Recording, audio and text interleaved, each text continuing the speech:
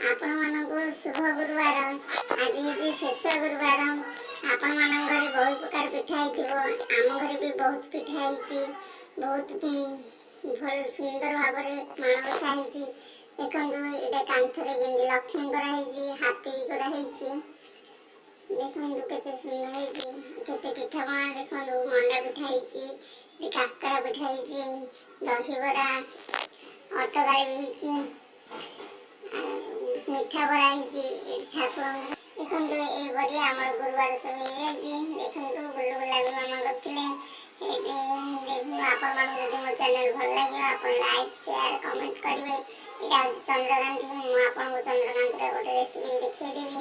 ଏବେ ଆପଣଙ୍କୁ ଦେଖନ୍ତୁ ଗୁରୁବାରର ଚିତା କେତେ ସୁନ୍ଦର ଚିତା ପଡ଼ିଛି, ପଦ୍ମ ଫୁଲ ହେଇଛି। ହେଉଛି ବରା ହେଇଛି। ତାୱାରେ ବରା ତିଆରି କରୁଛନ୍ତି ମାମା। ଇଏ ହେଉଛି ଆଳତି କରୁଛନ୍ତି, ଝୁଣା ଆଳତି। ଦେଖନ୍ତୁ ଠାକୁର କେତେ ସୁନ୍ଦର।